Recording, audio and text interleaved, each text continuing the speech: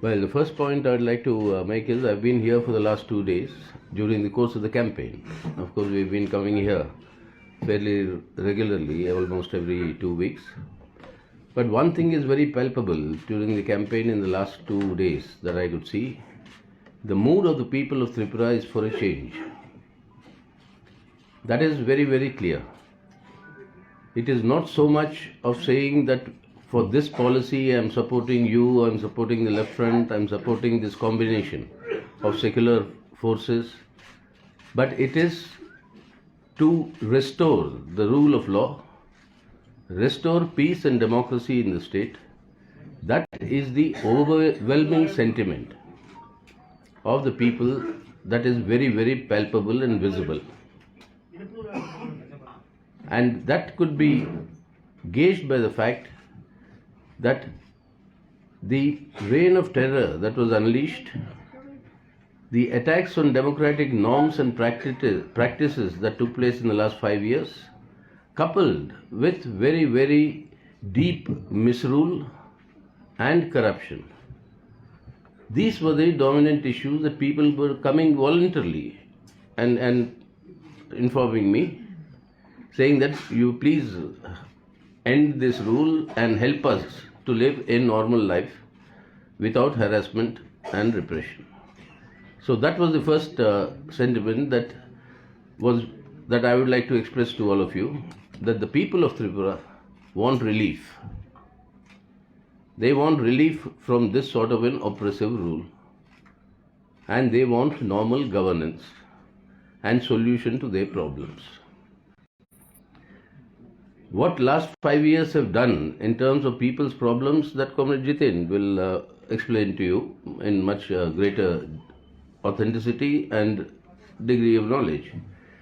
But another factor which I would like to draw your attention is that looking at this mood of the people, there seems to be a very desperate urge to overcome the people's dissatisfaction against this BJP misrule by big use of money and muscle power. Already reports have come in that directly from the central government and misusing central government agencies, money power has already begun to be distributed, and this way they are distorting democracy and a level playing field. Secondly, there are also threats and intimidations that have begun. For 3 days before the polling, the general apprehension is that there could be very serious law and order problems created by the BJP. And this is possible, this can be possible, only if there is a tacit support or a permission given unofficially by the administration. This has to be stopped. We have appealed to the Election Commission at Delhi, the Central Election Commission. Our delegation will go and meet the Chief Electoral Commission in Delhi today and urge upon him that according to the Constitution of India, the Election Commission is the only authority that has the powers and the mandate to ensure a free and fair election. And they should make sure that such gross misuse of administrative positions by the BJP, central and the state governments, that should be immediately stopped. Secondly, the elections must be conducted under the strict provision of the central forces that the Election Commission will send. And the voter intimidation that Tripura has seen in the past, if that has to stop, it should be the central forces and not forces drawn from BJP-ruled states that we hear are being deployed here. In a general election, we can understand state governments being asked to assist the holding of the conduct of the elections because of the shortage of forces.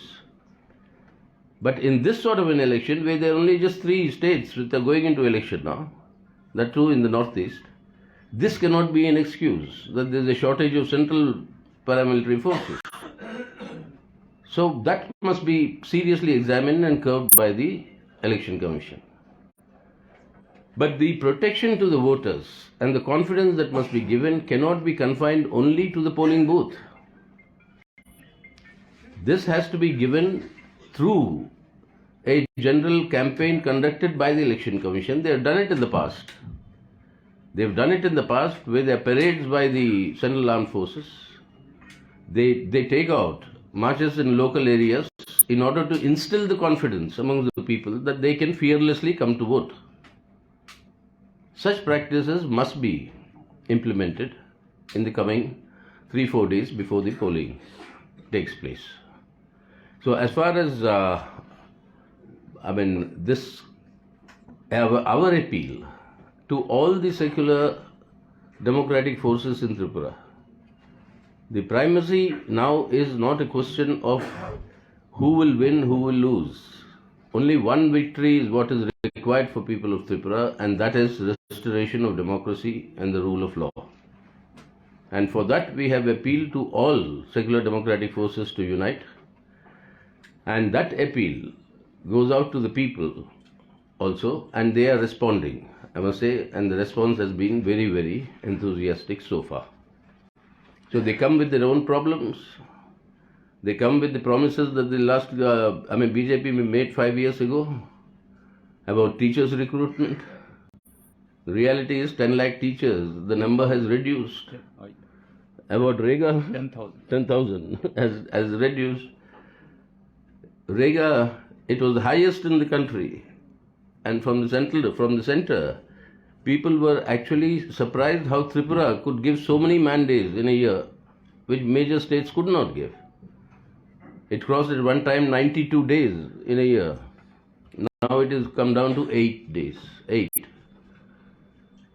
You have the various other promises that are done. The Forest Rights Act.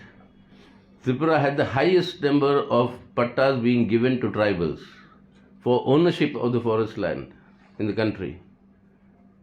That has virtually been destroyed. We were because we traditionally have our left government, CPM-led government in Kerala. We were very surprised that for 1 year Tripura surpassed Kerala in being the most literate state in the country.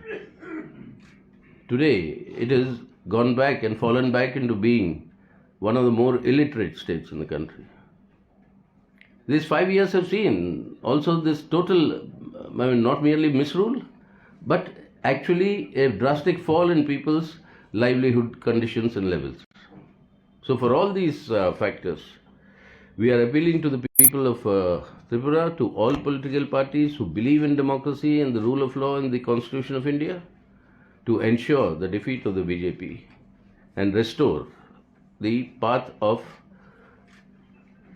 democracy and prosperity for the people of Tripura.